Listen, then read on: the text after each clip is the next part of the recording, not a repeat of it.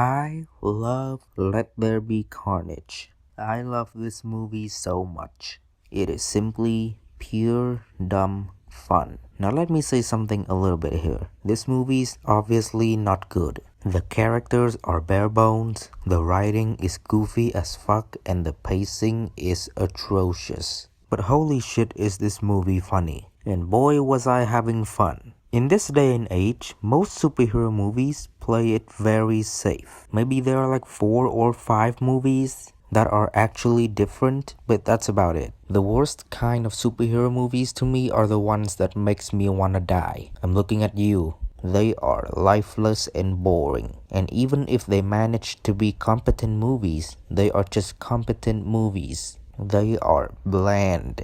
I can't even swallow a few minutes of Batman v Superman whenever I try to rewatch it. But this is my kind of cinema. I have to say that I think Tom Hardy is absolutely amazing as Eddie Brock / Venom. Apparently his son guided him because he wasn't like familiar with the character at the time. And honestly, I am so glad that he did that. It's not like he's comic book accurate or anything. He's just having fun. He looks like he's always 5 seconds from death the whole movie, and it just looks so funny to me. Eddie and Venom are goofy as hell, and that's all I can ask for. I feel like in an alternate universe, we got a very dark and edgy Venom, and I don't really want that. That would have been very bad. Venom and Eddie's relationship works so well because the whole movie is just them boasting and fighting each other. I have to say the writing for the couple actually makes sense. Like now they actually have motivations and actually grow. Also, the effects on Venom are pretty good now. Actually, the effects in general looks decent now. Now I can see what the fuck is going on instead of...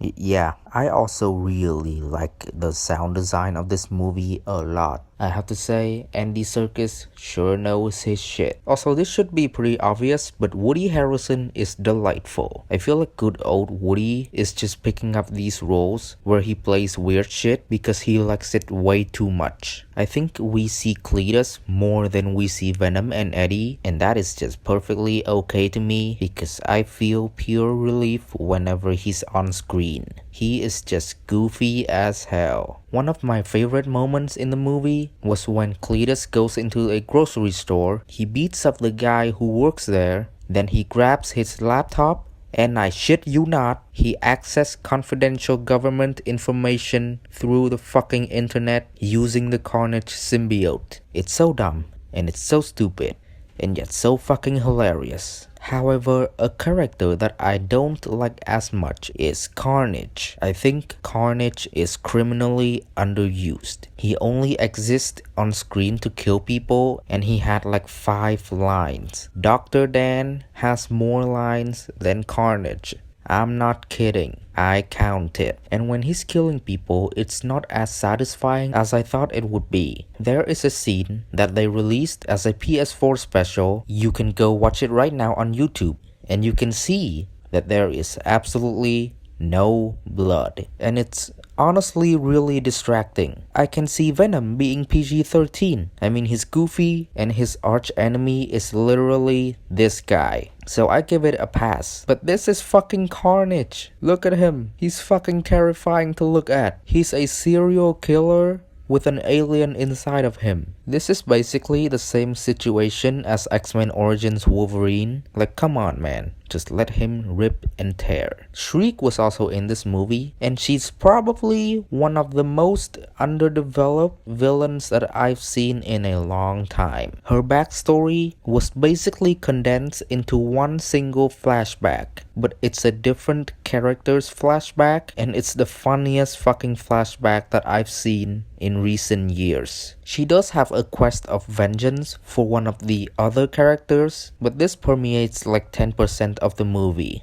Shriek is just here to scream, and she only screamed like twice in the movie. So yeah, her character wasn't as compelling or funny, but her relationship with Cletus does make it up for it. Because like I said, Woody Harrelson is fucking bananas as Cletus. The other supporting characters didn't really do much for me either. Anne and Dr. Dan aren't really in the movie, and the detective asshole guy is pretty forgettable. Now we have to address the biggest problem with this movie, and that is the runtime. Now don't get me wrong, I am eternally grateful that they made this movie short as hell. I just needed 90 minutes of chaos and carnage. But this does come with some pacing issues. Some scenes are just cut awkwardly, the editing is all over the place, the ADRs are all over the place. Sometimes characters will be mouthing something completely different than what the ADR says, and it pulls you out of the movie so hard. I think this movie was made to be like an hour and 45, but for some reason they just decided to condense it down. But that's okay because I get to watch a super short comedy. And that's one of the words that I would say to describe this movie. Comedy. You just cannot watch this shit as a superhero movie. You gotta watch it as a comedy. It is truly a masterpiece of a B movie. Nowadays, when the art of bad superhero movies is dying out, I am so glad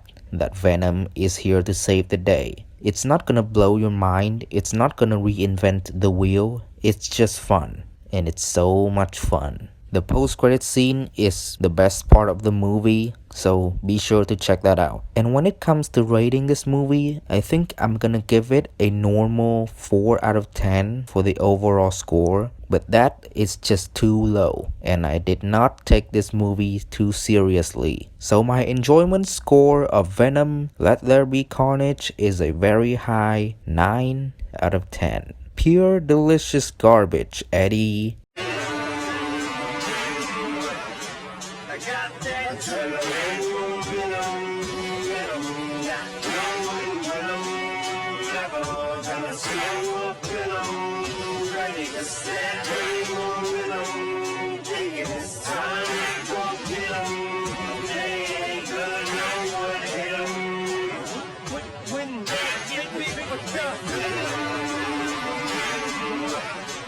I got that adrenaline,